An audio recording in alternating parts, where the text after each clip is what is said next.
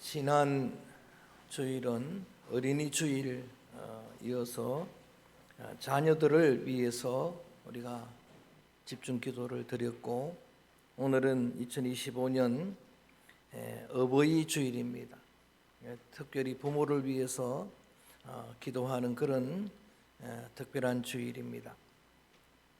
20세기의 대표 미래학자인 엘빈 토플러라고 하는 사람이 있습니다. 제3의 물결 더 서드웨이버즈라고 하는 유명한 책을 썼고, 권력이동 또 미래충격 이런 아주 명저서를 썼던 미래학자입니다. 그 3의 물결이 바로 정보 시대, 지금은 우리는 4의 물결 시대를 살고 있습니다. AI 시대를 살고 있는데, 그 미래학자가 예측한 많은 예측 가운데 제3의 물결에서는 정보 홍수 과잉 시대가 올 거라고 예측을 했고, 미래 충격이라고 하는 책에서는 우리 미래에는 가장 큰 위기가 가정이 붕괴되는 위기, 가정 해체의 위기 시대가 도래할 거라고 그렇게 예고를 했습니다. 부부간의 관계가 깨어지고, 부모와 자녀의 관계가 깨어지고, 또 형제간의 관계가 깨어지는 가정 파괴의 위기를 예측을 한 것입니다. 마태복음 24장에 보면은 예수님의 말세장인데 마지막 때에 어떤 일이 있을 것입니까? 라고 제자들이 질문할 때 그 징조 중에 하나를 사람들의 사랑이 식어질 거다라고 예고를 해 주셨습니다. 특별히 그 사랑이 가정 내에서의 사랑이 식어진다. 아비가 자식을 죽는 데 내어주고 자식이 아버지를 죽는 데 내어주는 뉴스들을 보면은 그게 우리의 지금 현실이 되었잖아요. 디모데후서 3장에서는 바울도 말세 징조 중에 하나를 부모 거역이라고 그렇게 예고를 해 주었습니다.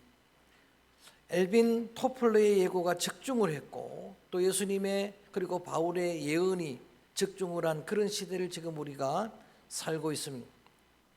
2025년 현대의 가장 큰 문제를 이구동성으로 가정이 붕괴되는 위기다라고 그렇게 이야기를 합니다. 만혼으로 또 이혼의 또 급증으로 또 독신주의자, 비혼자들이 많아지고, 또 결혼을 해도 딩크족, 자녀를 낳지 않는 그 출산율이 급격히 떨어지고, 그래서 이런 가정이 붕괴되는 그런 위기 시대를 우리가 살고 있는데, 이때 우리가 경청해야 될 말씀이 있다면은 그게 에베소서예요.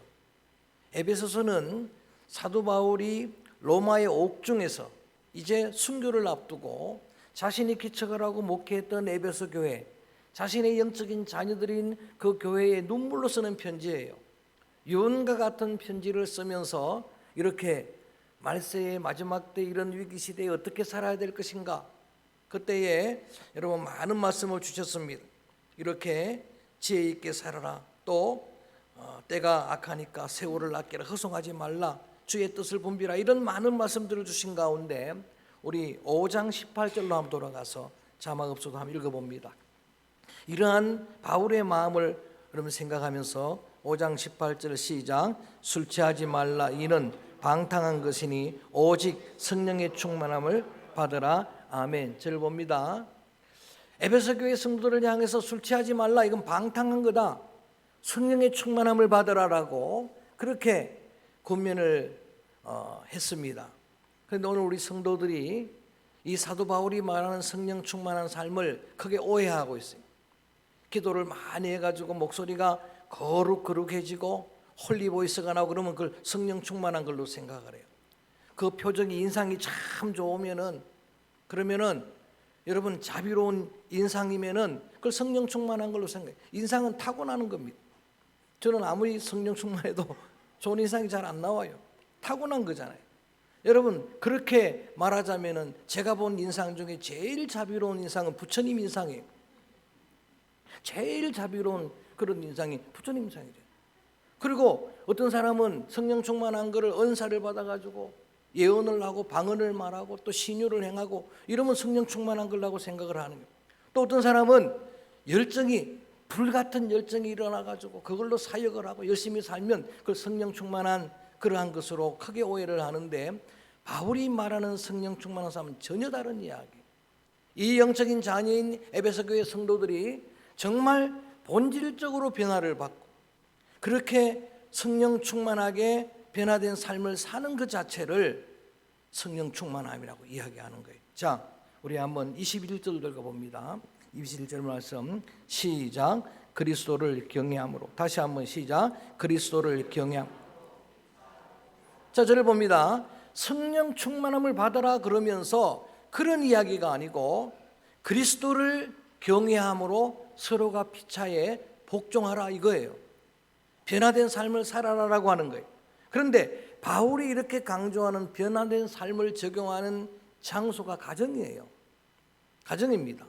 그것을 실현해야 될 장소가 가정인데, 자 22절 읽어봅니다. 22절 아내들이 들어야 될 말씀입니다. 시작. 아내들이여 자기 남편에게 복종하기를 죽게 하듯 하라. 여러분, 아내들에게 먼저 부탁하고 있는 거예요. 아내들이여 남편에게 복종하기를 죽게 하듯 하라. 남편들 아멘. 아멘. 할렐루야. 이거 얼마나 은혜로운 말씀이에요. 남편에게 복종하기를 죽게 하듯 하라. 그러면서 이어지는 말씀에 보면 남편이 아내의 머리라는 거예요. 그리스도께서 교회의 머리가 된 것처럼 그리스도께 하듯이 교회가 예수님께 하듯이 그렇게 복종하라는 거예요. 아내 여러분 억울하십니까? 25절 읽어봅니다. 25절로 넘어가 봅니다. 25절 시작. 남편들아 그리스도께서 교회를 사랑하시고 그 교회를 위해 자신을 주심 같이 하라. 여러분, 남편들이 아내 사랑하는 훨씬 더 큰 사랑이에요. 아내는 복종만 하면 되지만 남편은 아내를 그리스도가 교회를 위해 자기를 준 것처럼 자기 생명을 걸고 사랑하라 라고 하는 권면을 주는 거예요. 함께 다룰 말씀이지만 6장 1절로 넘어가면은 자녀들아 주 안에서 부모에게 순종하라. 4절 말씀에는 아비들아 자녀를 노엽게 하지 말고 주의 교양과 교훈과 훈계로 양육하라. 자, 저를 볼까요? 이렇게 성령 충만한 삶이 적용돼야 될 게 가정이라고 옥중서신을 쓰면서 바울이 강조하고 있는 거예요. 특별히 저는 오늘은 어버이 주일이기 때문에 부모란 제목으로 부모가 도대체 어떤 의미일까, 우리에게 부모가 어떤 의미일까, 부모가 어떤 존재일까를 말씀을 통해서 함께 나누면서 그 부모에게 대한 우리 자녀들의 성령 충만한 삶이 뭘까, 우리가 꼭 실천해야 될 성령 충만한 변화된 삶이 무엇일까라고 하는 걸 오늘 본문으로 너무나 자주 설교했던 말씀이고 다 아는 말씀이지만 우리 한번 함께 말씀대로 나누려고 합니다. 자, 6장 1절 한번 크게 읽어봅니다. 그런 의미로 한번 크게 읽어봅니다. 6장 1절 말씀 시작. 자녀들아 너희 부모에게 순종하라. 이것이 옳으니라. 따라할까요? 자녀들아. 자, 바울이 옥중에서 편지를 쓰면서 성도들아 그래야 되는데 성도들아 그러지 아니하고 뭐라고 불렀다고요? 테크나. 헬라말로 자녀들아 이 말이에요. 자녀들아 이렇게 여러분 부른 것은 이것은 여러분 성도들만의 문제가 아니고 자녀인 모든 사람들 신불신간에 여러분 성경은 보편적인 진리를 우리에게 가르치는 거예요. 예수 믿는 성도만 해야 될 게 아니고 안 믿는 불신자들도 이 말씀을 그대로 순종해야 될 말씀이다라고 하는 그런 거예요. 그래서 자녀들아 라고 자녀된 우리에게 이 말씀을 주시는 거예요. 예수 믿지 않는 사람들은 이 가치를, 이 불변하는 진리를 외면하지만은 그래도 성도들은 그것을 인정하잖아요. 인정하는 저와 여러분에게 자녀들아 부르고 난 다음에 바울이 강조하는 단어가 오늘 한 자씩 다 합니다. 따라할까요? 주 안에서. 한번 더 크게 주 안에서.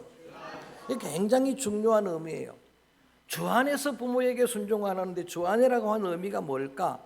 바울이 편지 중에서 쓴 편지 중에서 가장 많이 사용하는 단어가 뭐냐? 엔이라고 하는 안이란 단어예요. 주 안에서 엔 키리오스, 그리스도 안에서 엔 크리스토스, 엔 지저스, 엔 예수스, 예수님 안에 주 안에 그리스도 안에 안이라고 한 단어를 153번 썼대요. 누가 그걸 또 시간 많은 사람이 조사를 해봤노. 그걸 썼는데 153번을 사용했대요. 물고기 베드로가 잡은 게 153마리잖아요. 정말 중요해서 엔크리스토스, 엔키리오스, 주님 안에서 이런 걸 강조했는데 이게 장소적인 의미로 안박하는 인아웃하는 그런 의미가 아니고 여기 예수님이 우리 바울이 주 안에서라고 하는 이야기는 훨씬 깊어요. 예수님을 나의 삶의 구주로 영접한 자라면 이 말이, 예수님이 내 삶의 주인이 되는 자라면 이 말이, 우리의 복음이 되시는 나 위에 십자가 지신 그리스도, 나 위에 영생의 소망을 주 부활하신 그 예수님을 믿는 믿음이 우리 안에 있다라고 하면 그런 의미예요. 그런 믿음이 여러분 안에 있으면 따라합니다. 주 안에서 부모에게 순종하라. 할렐루야. 이걸 옛날에 우리가 오해를 했어요. 주 안에서 순종하라는 말을 예전에 목사님들이 그렇게 엉터리 설교를 한 걸 저도 들었어요. 이건 예수 믿지 않는 부모가 아니고 예수 믿는 부모를 공경하라 이렇게 잘못 설명을 한 거예요. 예수를 우리가 믿었다고 하면은 그 부모가 믿는 부모든 안 믿는 부모든 순종하라는 거예요. 순종하라고 하는 히파쿠아라고 하는 순종이라는 단어, 히파쿠에테라고 하는 순종하라는 동사, 이게 뭐냐면 원어적으로 보면은 이래요. 설명을 제가 드릴게요. 권위 아래서 청종하라 이런 뜻이에요. 부모의 권위를 세우라는 거예요. 부모의 권위, 지금은 오소리티, 권위가 무너진 시대잖아요. 교사의 교권이 무너진 시대, 교회의 권위가 무너진 시대, 더 안타까운 것은 가정에 부모의 권위가 무너진 시대를 살아가고 있어요. 특별히 아버지의 권위가 무너진 시대. 안타깝지만 아버지의 권위가, 이건 좀 씁쓸한 유머이긴 한데 여러분, 자녀가 대학을 잘 가려면 세 가지 조건이 갖추어져야 된다는 거예요. 들으니까 좀 씁쓸하긴 해요. 첫 번째 조건은 할아버지의 재력이, 아버지가 아니고 할아버지의 재력이 1번, 두 번째는 엄마의 정보력, 인포메이션, 정보력, 세 번째는 아버지의 무관심. 그렇게 되어 있어요. 아버지가 관심을 안 가져야 자녀가 잘 된다는 거예요. 아버지 권위가 다 무너진 그런 시대를 사는데 오늘 성경은 이렇게 이야기해요. 부모의 권위를 세우고 그 권위 아래 나를 두고, 그리고 청종, 경청하고 그대로 따르라라고 하는 게 순종이란 단어예요. 여러분, 이게 어떤 의미인가 하면은 하나님 권위 아래 나를 두잖아요. 코람데오 신앙, 하나님의 목전에 나를 세우고 그 권위에 나를 여러분 내려놓고 그리고 청종하는, 여러분 그런 의미로 부모에게 순종하라는 것이 주님의 명령이에요. 하나님은 당신을 대신해서 부모를 이 세상에 주셨습니다. 부모는 하나님의 대리자예요. 부모가 어떤 존재인가 제목을 정했는데 하나님 대리자예요. 하나님 대신해서 우리를 양육하는 자임과 동시에 하나님께 하듯이 자녀가 섬겨야 될, 순종해야 될 대상이 부모인 줄로 믿습니다. 그러면서 오늘 뭐라고 이야기하는가? 부모에게 순종하라, 따라합니다. 이것이 옳으니라. 이 옳다는 헬라어도 본 뜻을 풀어보면은 본성이란 뜻이에요. 이게 본성이라는 거예요. 부모에게 순종하는 게 하나님이 심어준 본래의 성품이라는 거예요. 하나님이 인간을 창조하실 때 하나님의 형상대로, 이마고데이, 이미지 오브 갓, 하나님이 성품을 심어 주었어요. 아담을 지을 때 흙으로 지으시고 생기를 부으시고 성품을 주셨다 그랬는데 그게 여러분 그 형상이 성품이에요. 순종의 성품을 아담에게 주셨기 때문에 아담아 네가 번성하고 생육하고 충만하라, 땅을 다스리라, 이름들을 지어주라, 순종하는 거예요. 그런데 아담이 죄를 지었어요. 그때부터 이 본성이 깨어진 거예요.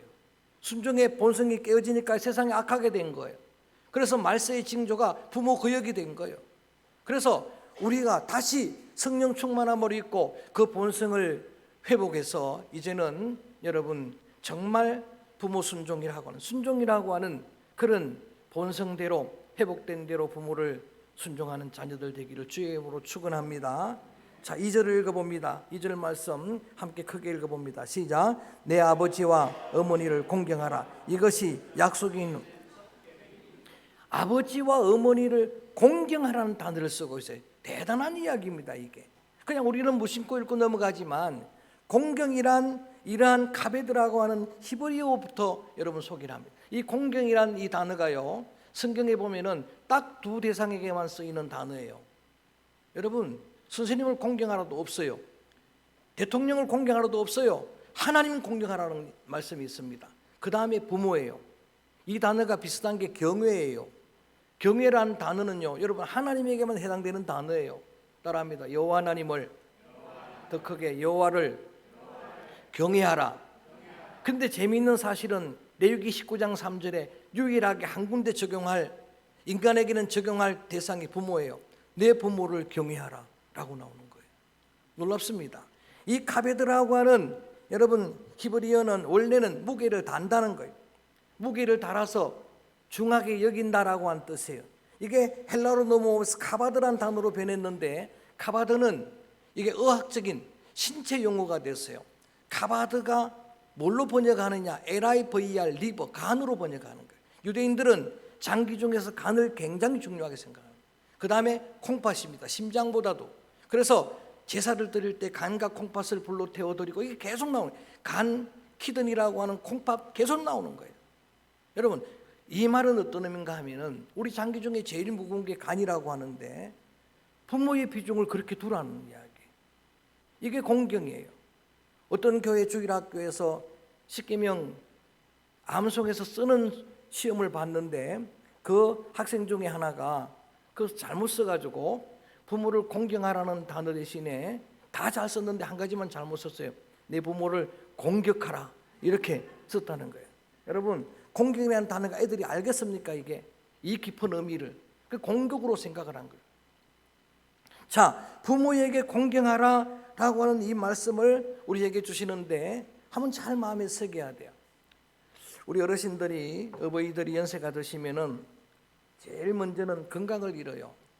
건강을 잃습니다. 뭐 어쩔 수 없어요. 그 다음에 가난하게 돼요. 연세가 드시면은. 또 여러분, 모든 관계가 다 끊어지는 거예요. 뿐만 아니라 정서가 무너지는 겁니다. 그러다 보니까 부모의 심각한 현실적인 문제는 고독의 문제입니다. 굉장히 고독하다는 거예요. 그러다 보니까 자연스럽게 비중이 약해지는 거예요. 냉정하게 한번 여러분 생각해 보세요. 한번 돌아보세요. 말씀의 거울에 한번 비춰보세요. 부모의 비중을 얼마나 두고 있습니까? 자녀 중심이 되는 가정 아닙니까? 자녀의 비중, 그게 점점 높아가고 심지어는 자녀가 우상이 되어지는 가정들이 많잖아요. 근데 부모는 어때요? 저는 반만큼이라도 부모의 기준을 두라는 거예요. 이게 얼마나 중요한가 하면은, 여러분 이렇게 이야기합니다. 우리 한번 3절 읽어봅니다. 3절 말씀 시작. 그 전에 2절 다시 한번 읽어봅니다. 2절 시작. 내 아버지와 어머니를, 이것은 약속이 있는. 자, 이 의미가 어떤 의미인지를 조금 더 설명을 합니다. 약속이 있는 첫 계명이다. 10계명이 있죠. 조금 전에 말씀드렸던 것처럼 출애굽기 20장에, 신명기 6장에 10계명이 나와 있어요. 첫째부터 네 번째까지 계명이 첫 돌판 계명입니다. 하나님과의 관계예요. 그건 전부 하나님과의 관계예요. 그래서 예수님이 이 강령을 말씀하실 때도 마음을, 뜻을, 목숨을 다해서 주 너희 하나님을 뭐하라? 사랑하라. 둘째는 그와 똑같으니 사랑과의 계명입니다. 5계명부터 10계명까지. 근데 사랑과의 계명의 제일 첫 번째가 부모 공경입니다. 부모를 공경하라는 거예요. 여러분, 그런데 이 10가지 계명 중에 2가지만 긍정 명령입니다. 아시겠습니까? 첫 돌판에서는 안식일을 잘 지키라, 주일 잘 지키라는 거예요. 이게 첫 번째 긍정의 명령이고, 그 다음에 둘째 돌판에서는 한 가지만 나오는데 그게 뭐라고요? 내 부모를 공경하라. 나머지는 안 하면 돼요. 안 하기만 해도 되는 거예요. 다른 신을 섬기지 말라 안 하면 되는 거예요. 우상 만들지 말라 안 하면 되는 거예요. 하나님 이런 망령되게 하지 말라 안 하면 되는 거예요. 살인하지 말라, 간음하지 말라, 도둑질하지 말라, 탐내지 말라. 그런데 여러분, 해야 될 거는 주일 지키고 해야 될 거는 부모를 공경하는 거예요. 그 약속이 뭔가? 3절 다시 한번 읽어봅니다. 3절 마지막으로 한번 읽어봅니다. 시작. 제가 여러분 한번 축복할게요. 크게 하면 여러분 땅에서 잘 되고 장수하시기를 축원합니다. 그래갖고 오래 살겠어요? 잘 되고 장수하시기를 축복합니다. 그런데 이렇게 약속하고 있는 거예요. 10가지 중에 긍정 명령 2가지지만 안식을 지켜도 하나님 축복을 약속하지는 않아요. 그런데 유일하게 부모를 공경하면 잘 된다는 거예요. 장수한다는 거예요. 이게 참 재밌는 게, 게네타이라고 하는 잘 된다는 헬라어 단어는 직역을 해보면 형통하다는 거예요. 평안하다는 거예요. 자, 그럼 이렇게 바꿔볼게요. 만일 여러분 장수가 다 복입니까? 못되고 장수해도 복이에요? 여러분, 고통스럽고 장수한 게 복입니까? 아니잖아요. 잘 되고 장수하는 거예요. 평안하고 장수하는 거예요. 실제로 여러분 롯은 시어머니를 잘 효를 다했습니다. 공경을 했습니다. 그랬더니 그가 잘 됐어요. 그리고 장수했습니다. 여러분 요셉은 자기 아버지를 최선을 다해 공경을 했습니다. 그랬더니 그가 잘 되는 거예요. 그리고 장수하는 겁니다. 아멘 할 때까지 할 거예요. 이삭은 여러분 저 모리아 산에서 자기를 제사로 드리려고 하는 아버지 앞에 순종했어요. 그랬더니 그는 잘 됩니다. 할렐루야. 하는 일들마다 그 해에 하나님이 이삭에게 100배로 복을 주니라. 할렐루야. 뿐만 아니라 샘을 파면 샘물이 솟아나는 거예요. 팔 때마다. 이게 복이잖아요. 근데 그 땅이라고 하는 게 우리가 살고 있는 땅만 포함하는 게 아니라 원어의 단어에 보면은 그것은 하나님의 나라까지도 포함되는 단어예요. 이 땅에서도 잘 되고 장수하고 하나님의 나라에서도 영원한 하나님의 영광을 누리게 될 줄로 믿습니다. 여러분 부모가 어떤 존재인가? 부모라는 제목으로 오늘 어버이 주일의 말씀을 나누고 있는데 말씀드렸듯이 하나님의 대리자요.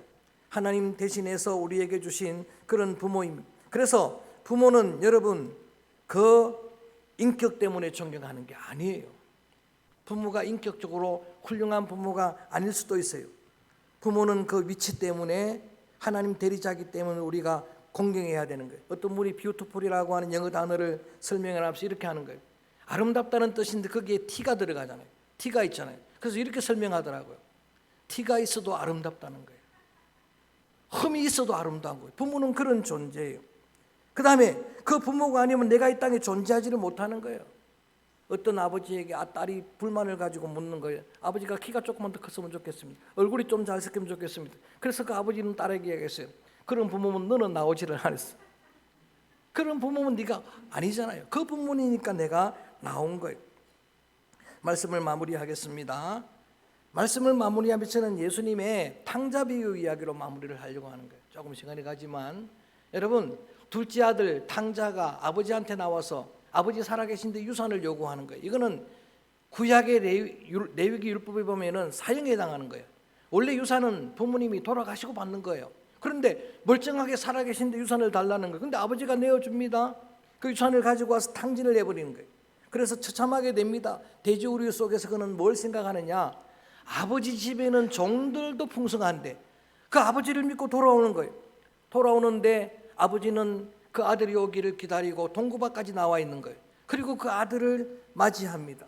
아들을 끌어안고 옵니다. 집으로 데리고 가서 저 더러운 옷을 벗겨버립니다. 옷을 벗긴 다음에 깨끗하게 목욕을 시킵니다. 새 옷을 갈아입힙니다. 새로운 신을 신깁니다. 그리고 가락지를 끼워줍니다. 송아지를 잡아라. 살찐 송아지를 잡아 잔치를 베풉니다. 이게 여러분 우리의 부모예요. 이게 가장 모범적인 아버지 상입니다. 부모잖아요. 그 부모가 아들이 올 때에 그 아들을 잔소리합니까? 꼰대처럼 잔소리하는 그런 아버지가 아니잖아요. 내가 이럴 줄 알았다고 그런 아버지가 아니잖아요. 다시는 나가지 말라고. 한번 나가면 이제는 재미없다 그런 말도 하지 않잖아요. 그냥 그대로 안아주잖아요. 그냥 붙들어주잖아요. 그리고 이렇게 이야기하잖아요. 너는 죽었다가 살아온 내 아들이다. 할렐루야. 이게 아버지라는 거예요. 이게 하나님 사랑의 그림자예요. 어버이 주일 오늘 예배를 드리는데 부모님 살아계시면 정말 살아계실 때 섬기기를 다 하십시오. 나중에 후회해도 소용이 없습니다. 그 증인들 아닙니까 우리가? 정말 시인의 고백처럼 이 세상에서 고쳐 못할 일이 바로 그 일 한 가지입니다.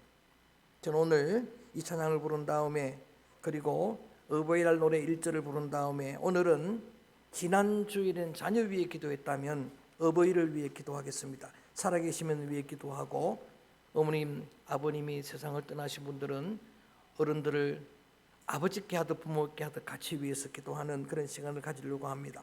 건강을 위해서, 평안을 위해서, 안전을 위해서 여러 가지 많은 기도 제목이 있습니다만은 가장 큰 효도는 믿음입니다. 믿음의 어버이가 되도록 기도하는 그런 시간을 가지려고 합니다. 주 안에 우린 하나 이렇게 이 찬양을 먼저 부릅니다. 주 안에 우린 하나 모습은 달라도